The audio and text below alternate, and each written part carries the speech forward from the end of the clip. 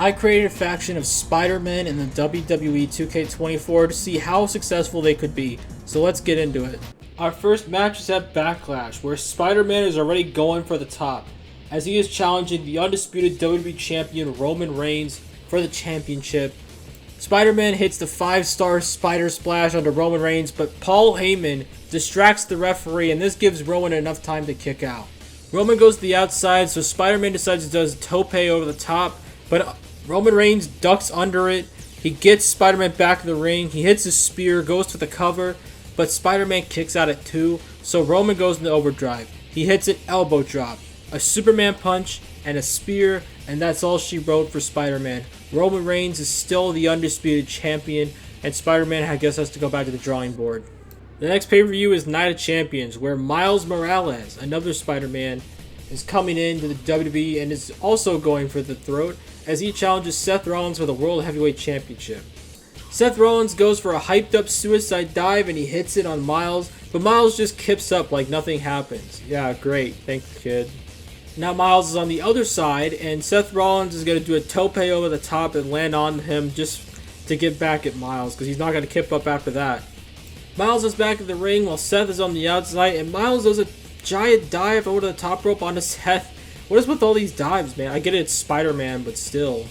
Seth Rollins hits a pedigree on the outside, runs back in the ring, tries to win by countout because of course he does.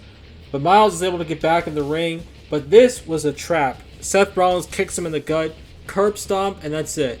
Seth Rollins retains his championship by outsmarting Miles Morales. We go to Night of Champions, where Spider-Man 2099 makes his debut, and you know what he's going for? He's going after the NXT champion Ilya Dragunov in a last man standing match at Battleground. After a chaotic fight between 99 and Ilya Dragunov throws 2099 off the ropes and hits him with a Torpedo Moscow, and this is able to keep him down long enough for a 10 count, even though the dude just gets up like nothing happened, which is so cool. Thanks for selling my shit, asshole. But regardless, Ilya Dragunov is your champion, and all 3 Spider people have lost their world title opportunities. That's so wild. What a weird thing. This is going horribly for the Spider-Men, and they need to figure some stuff out. Hoping to get back on track, we have Money in the Bank, where all the Spider-Men, Miles Morales, Spider-Man 99, and Peter Parker enter the men's Money in the Bank ladder match to determine who is going to get that briefcase. And Miles Morales ends up getting the briefcase, defeating all the other people. Now he's got a guaranteed title opportunity. Will he blow it? Who knows? But we're not done yet, because now it's time for Gwen Stacy to make her debut in a Money in the Bank ladder match. And she wins the thing too. It's a great night for Spider people as Miles takes the men's briefcase while Gwen Stacy takes the women's briefcase. Back to NXT, where we have the final Spider-Man of this video, hopefully, making their debut, Scarlet Spider, as the game calls it, who will challenge for the NXT North American title as he will fight Dijak and current champion Scripps. Yeah, this is the only place where Scripps will be a champion, so... And unfortunately for Scripps, Scarlet Spider hits a double knees to the back of the head and pins him for the 3. Dijak is too late to break it up, and finally a Spider-Man wins a championship, even though it's Scarlet Spider-Man. But regardless, the Spider-Person's finally won their first title, even if it's the North American title. At SummerSlam, Miles Morales is deciding to use his Money in the Bank briefcase to get a guaranteed title shot against the current World Heavyweight Champion, Cody Rhodes. For some reason, he's the World Champion and not the WWE Champion, but you know what? It doesn't really matter. After a great match, Spider-Man, Miles Morales, hits a pump kick, a double rotation moonsault that doesn't get a 3 count, which is unbelievable to me. So he follows it up with a Death Valley driver, the Molly go round, and finally, the Shooting Star Spider Splash, and Miles Morales shocks the world by defeating Cody Rhodes and winning his first World Championship. Peter Parker comes out to celebrate with Miles, but then it happens. Peter Parker turns on Miles Morales and beats the crap out of him, reveals himself to be aligning with Venom. Peter Parker has given in to the Venom, the symbiotic side of himself, and is now turned heel on Miles. How could he? After SummerSlam, Peter Parker comes out to explain his actions, and he says it's very simple. Spider-Man Peter Parker realized that in order to become a world champion, he has to become stronger. And there's no better way to become stronger than by embracing his dark, symbiotic self. Venom promised strength, and that's what Peter Parker got. And at Payback, he is going to capture Miles Morales' world championship and end his title reign. So at Payback, we got two big matches. We'll get into the main event later, but the first match is for the World Heavyweight Championship. Miles Morales defends his newly won title against Peter Parker, the former Spider-Man, now turned symbiote. With Venom in this corner helping him out, Spider-Man would able to hit the Spider Destroyer onto Miles Morales and actually shockingly win. Peter Parker embraces his dark side and he wins his first world championship in the WWE. He said that he needed more power and he got it. But in the main event, Gwen Stacy is cashing in her Money in the Bank briefcase to get a championship match against the current women's champion Bayley. Bayley hits a rose plant onto Spider-Gwen. Spider-Gwen kicks out of it, so Bayley goes deep and decides to climb to the top of the turnbuckle, leaps off, and misses a Rana or something. I don't know what she was going for. Catches her in a suplex, and then goes to the top rope herself to hit a Molly go-round, or I guess a Spider go-round in this case, and actually wins. Spider-Gwen becomes the new women's champion, successfully cashing in her championship match and winning her first championship just like Miles did, except Miles doesn't have a belt now. After Spider-Man won the championship, Miles Morales entered into like a depression arc of sorts, trying to figure out how he could win this. So he had a proposition, a rematch, this time TLC. Since both are high flyers, it kind of plays into their strengths a bit. Miles Morales versus Spider-Man for the World Heavyweight Championship, and probably the shortest TLC match I've ever seen. Miles Morales goes around the ring to set up the big ladder between the announce table and the ring, but Spider-Man is able to climb up the ladder very quickly and is able to take down the title and win in like 3 minutes because Miles was playing around with the ladder on the outside. Absolutely stupid behavior by Miles Morales. I don't know what the hell he was thinking. Still, Spider-Man is still your world champion. At NXT Halloween Havoc, both Spider-Man 99 and Scarlet Spider decide to team up and form a tag team to take on Gallus for the NXT Tag Team Championships. And after a great match, one of the Coffee Brothers throws Scarlet onto the mat and then elbows him straight in the face and pins him for the 3. Gallus actually retained their championships cleanly.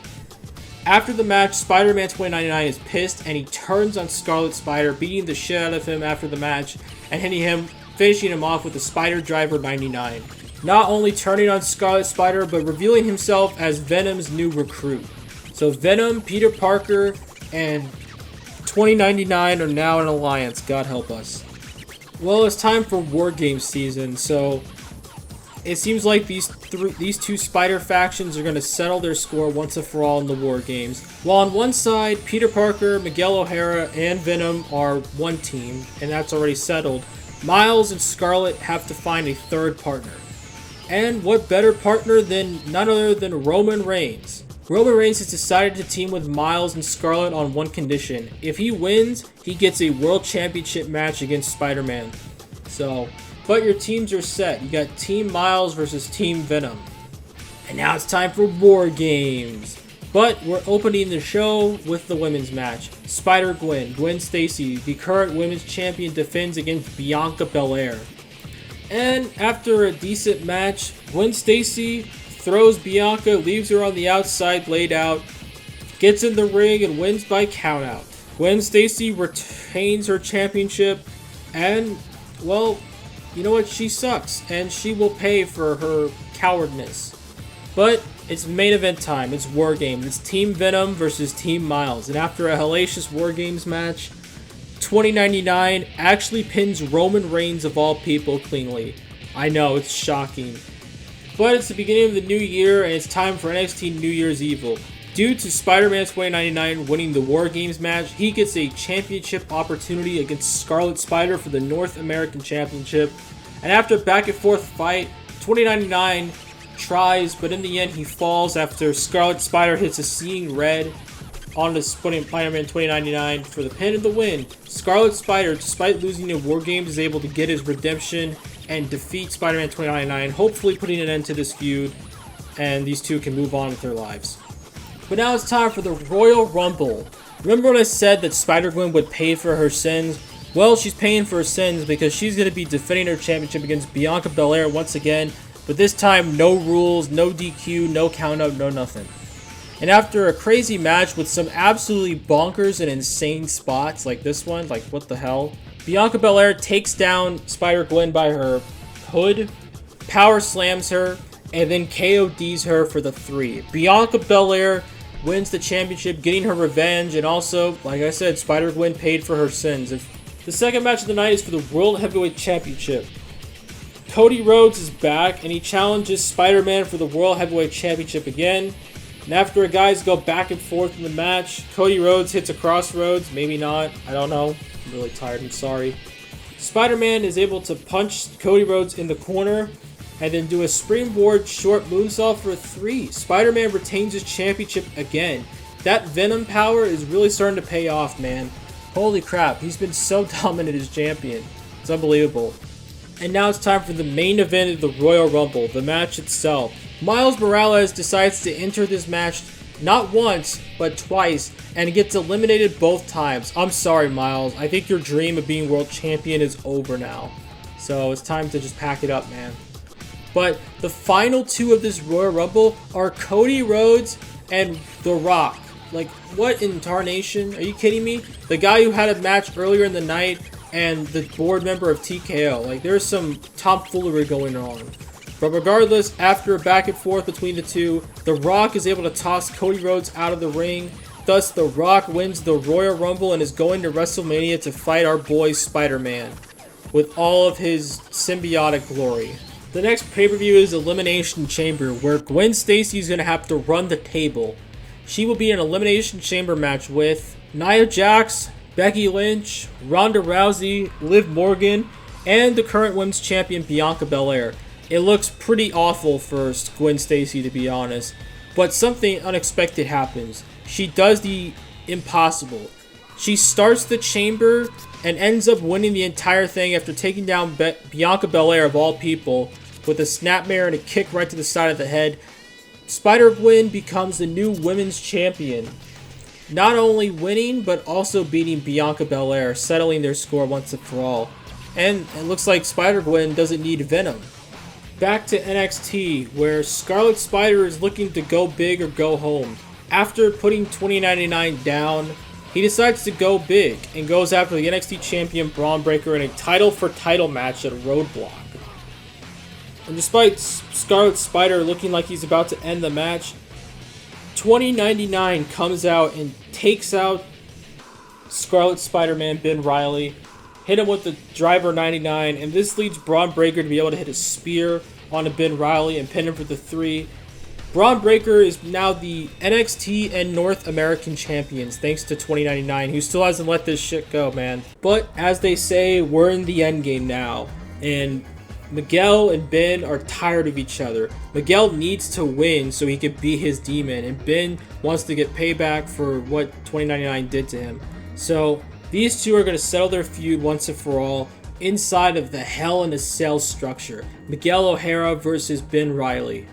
And of course, just like in any Hell in a Cell match, these two break through the cell wall and climb the cell. And after brawling on top of the cell for what felt like quite a while, one of the craziest spots I've ever seen in this game happened. Scarlet Spider goes for the lumbar check on top of the cell. The cell wall breaks, but Miguel catches the cell as it's falling, and Scarlet hits his back first right onto the mat. Miguel goes for the cover, but he kicks out. He kicked out after falling through the cell. So Spider-Man 2099 is like, fuck it, picks him up and hits the Spider Driver 99 to put down Ben. Finally, Miguel defeats Ben Reilly and ends this feud, and he was the luckiest SOB I've ever seen. With Stand and Deliver out of the way, it's time for WrestleMania, the big show. We got 3 big matches. The first one is to settle a score once again. Miles Morales realizes that he can't be world champion anymore. However, there is one thing else he wants to do, and that's he wants to save Peter Parker from the symbiote. So, he challenged Venom to a casket match, where Miles is putting everything on the line. If he can't beat Venom in the casket match, then he will rest in peace and be gone. But he needs to kill Venom in order to save Spider-Man from himself. Both Venom and Miles gave everything they had, and Miles had to throw out the kitchen sink in order to beat this guy. He hit him with the shooting star press, and then of all moves, he hit the Spider Clash onto Venom, and that was enough for him to throw Venom in the casket and close the lid. Miles Morales defeats Venom in a casket match, hopefully taking away the symbiote from Spider-Man/Peter Parker and to save him. But can he save his world championship? We'll see later. After Gwen Stacy won the Elimination Chamber, she really didn't have that much competition until one woman came down to challenge her. Rhea Ripley, the biggest star going on right now in women's wrestling, challenges Spider-Gwen to see if she can beat a spider or not.